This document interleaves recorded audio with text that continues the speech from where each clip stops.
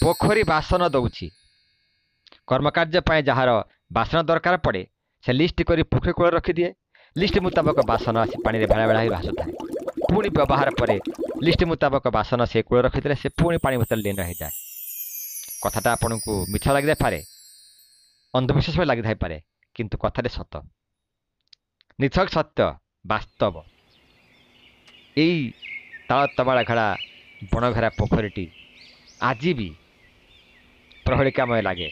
जमी मन हुए गंधर्व मैंने आसती आ गाधे ये पोखरी तारी जाती।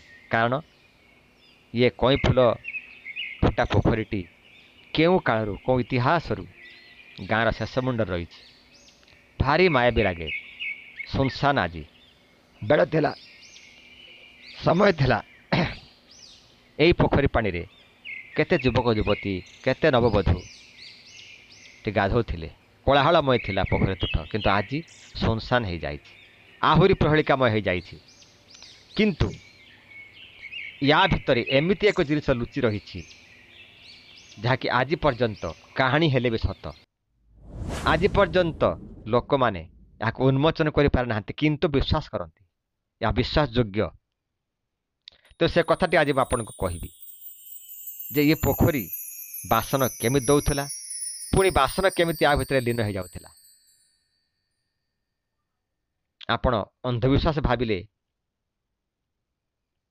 भूल हेब या विश्वास योग्य। मुझे जो मो माँ को पचारे, मो माँ कहे ता शाशु कुआड़े कहूला। कारण ये आज समय कथा नुहे, कौ पीढ़ी पीढ़ी पर कथा किए बा देखी, से आमको लगे अंधविश्वास।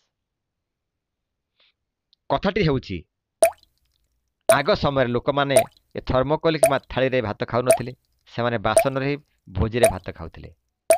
तेणु गाँव में कमिटी करा जाय किछि बासन गोटा निर्दिष्ट लोक पाखरे विश्वास योग्य लोक पाखरे रखा जाउथिला।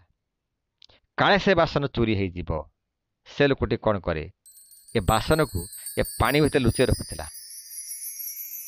आपन लिस्ट नहीं कूल रखिले, से सुनसान राति आसब, लिस्ट पढ़व, बासन पानी बाहर कर, पुणी से कूल बासन रखिदे चली जार दरकार से बासन आनिब, पुणी लिस्ट मुताबक बासन को से कूल रखिब।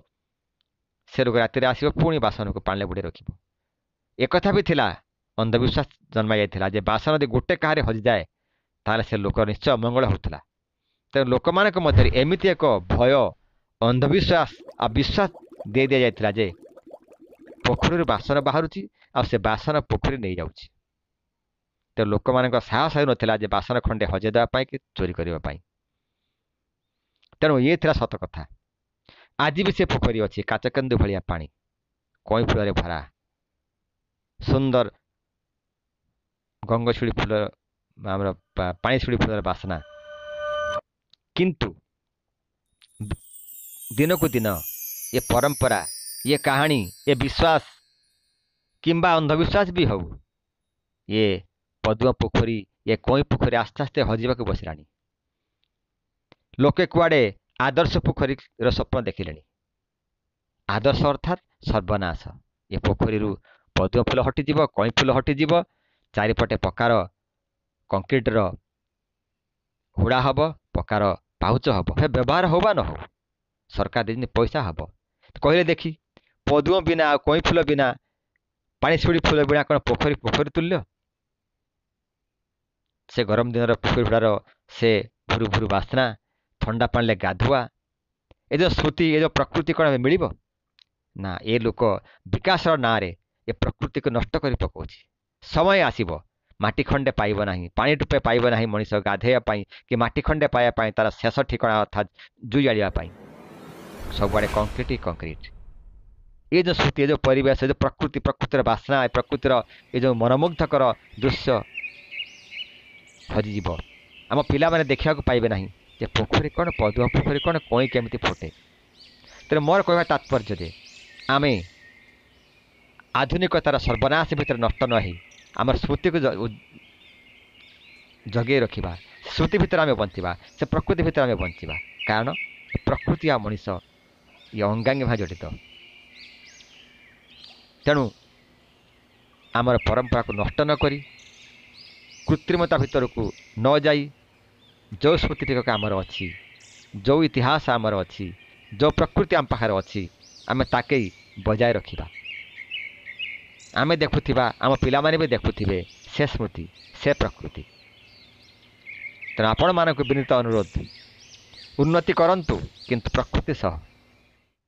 एबे देखुना गाँ गाँव में माटी हजिगलानी कंक्रीट उपरे ग्रीष्म दिने असह्य गरम शीत दिने असह्य ठंडा कारण माटी घास ये भी हजिगलानी घास फूल भी हजिगलानी। तेणु से प्रकृति थाऊ से इतिहास कहानी बा आई मार कहानी हो से थाऊ अंधविश्वास भी थाऊ आमे भी थाऊ क्या सुंदर नुहे। ग्रीष्म दिने सन्धार ए पोखरी बसवा केते मनमुग्धकर। तेणु सावधान प्रकृति सह मनुष्य बंचु यह मोर काम।